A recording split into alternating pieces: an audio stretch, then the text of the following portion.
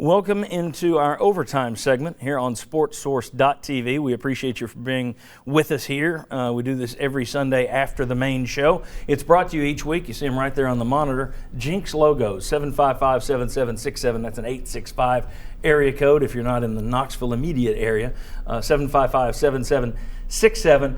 That is the group that I turn to when I need mugs with the Sports Source logo on it, jackets, golf bags, any kind of giveaway items, hats, visors, anything that the guys on the set want. I buy for them all the time. These guys have so much gear, it's unbelievable.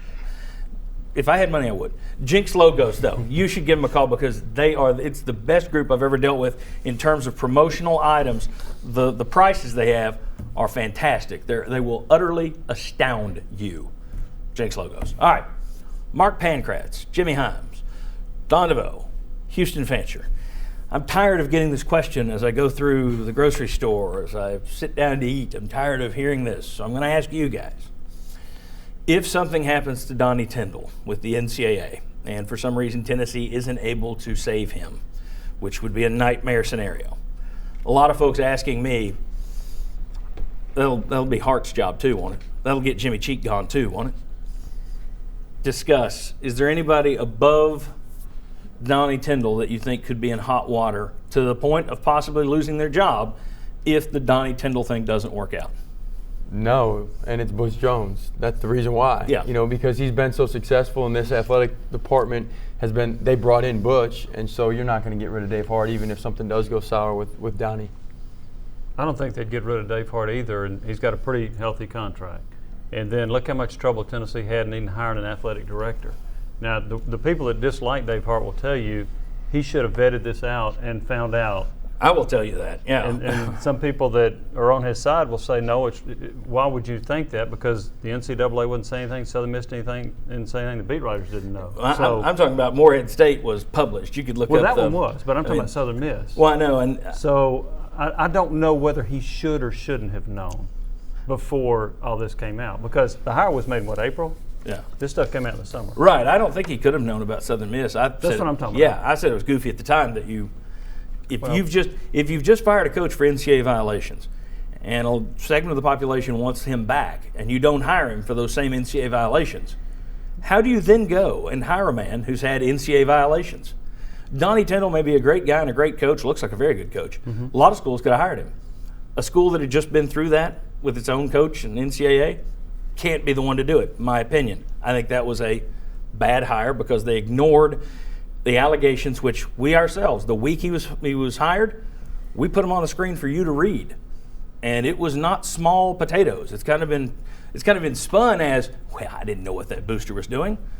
NCAA said there were a lot of phone calls between Donnie Tyndall and that booster. So if he had been properly vetted, I think Tennessee should have gone in another direction. But I agree with you guys. I don't see any kind of change coming to anyone above them because Tennessee's just had too much instability. You got to have stability somewhere, don't you? No question about it. Tennessee on a national basis has really looked bad here in recent years. The firing of the things that happened, of course, with Coach Pearl, and the comings and goings of the football coaches recently. We've really taken a hit. The University of Tennessee has really looked bad, in my opinion, on a national basis. This hire, it was a solid hire in terms of finding a basketball coach with the type of record that you would like to have. He's come up through the ranks. He's been an assistant coach, at the right places with successful programs. He's won big, where he's been. He did have the one blemish on his record. I don't know if you can hold that, against him. And of course, obviously, Dave Hart and the officials at the University of Tennessee did not hold that against him. So consequently, you hire Donnie, and what you're getting is a basketball coach who does a great job with his players.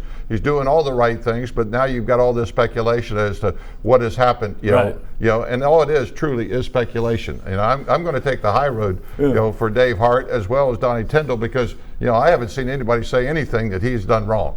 Well, I'll take the low road then and say that the NCAA said he did wrong at Morehead State. I'm all for second chances. I don't want this spun as John some sort of hanging. I'm a believer in second chances, third chances, fourth chances. Just not at Tennessee after what you just went through.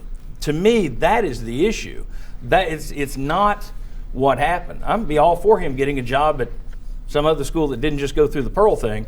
I just think you should have looked ahead and said, maybe this isn't the right fit. Houston Fancher, your thoughts? Well, I will think there'll be some blowback on Dave Hart just because was it properly vetted? I mean, did you do your homework? Did you do the right things? But I think we got to remember this is Southern Miss's investigation. It's not Tennessee's investigation. Yes. So Yes. what happens is happening at Southern Miss, and it's a reflection of Donnie Tyndall and his job here and the future of his job here. But at the same time, we're sitting here waiting to see what's going to happen in Hattiesburg before we end up saying, well, here's what's going to happen in Knoxville. So we got to let that play out before we can make a decision. Well, it's also important to note, and I think you touched on it, but just to spell it out, because I think there's some still folks out there saying, well, what did Tennessee do wrong?